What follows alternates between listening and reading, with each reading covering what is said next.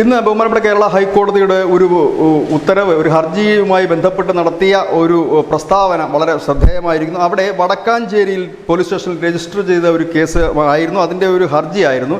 അതായത് ഈ കേസ് റദ്ദാക്കണം, അതായത് ഒരു ശൈശവ വിവാഹവുമായി ബന്ധപ്പെട്ട കേസായിരുന്നു. ആ കേസ് റദ്ദാക്കണമെന്ന് ആവശ്യപ്പെട്ടുകൊണ്ടാണ് ഹർജിക്കാരൻ കോടതിയെ സമീപിച്ചത്. 15 വയസ്സുള്ള കുട്ടിയെ വിവാഹം കഴിച്ചത് നിയമസാധുത നൽകണം, മതാചാര പ്രകാരമാണ് വിവാഹം കഴിച്ചത് എന്നായിരുന്നു ഹർജിക്കാരൻ പറഞ്ഞത്. ഇതിന് നിയമസാധുത നൽകണമെന്നായിരുന്നു പറഞ്ഞത്. പക്ഷേ കോടതിയുടെ നിരീക്ഷണം, കോടതി പറഞ്ഞത് ഇവിടെ 2006 ഈ ശൈശവ വിവാഹ നിരോധന നിയമമുണ്ട്. ആ നിയമത്തിൽ എല്ലാവരും തുല്യരാണ്, എല്ലാവർക്കും ബാധകമാണ്. രാജ്യമാണ് വലുത്. ഒരു വ്യക്തി കേസുമായി കോടതിയെ സമീപിച്ചാൽ ആ വ്യക്തിയെ ഇന്ത്യൻ പൗരനെന്ന നിലയിലാണ് കോടതി പരിഗണിക്കുന്നത്. പൗരന്, അതായത് ഈ രാജ്യത്ത് ഉള്ള പൗരനെന്ന പരിഗണന മാത്രമാണ് ലഭിക്കുക. രണ്ടാമത് മാത്രമാണ് മതം വരുന്നത്. മതമല്ല വലുത്, രാഷ്ട്രമാണ് എന്ന് കോടതി വ്യക്തമായി തന്നെ പറഞ്ഞിരിക്കുന്നു.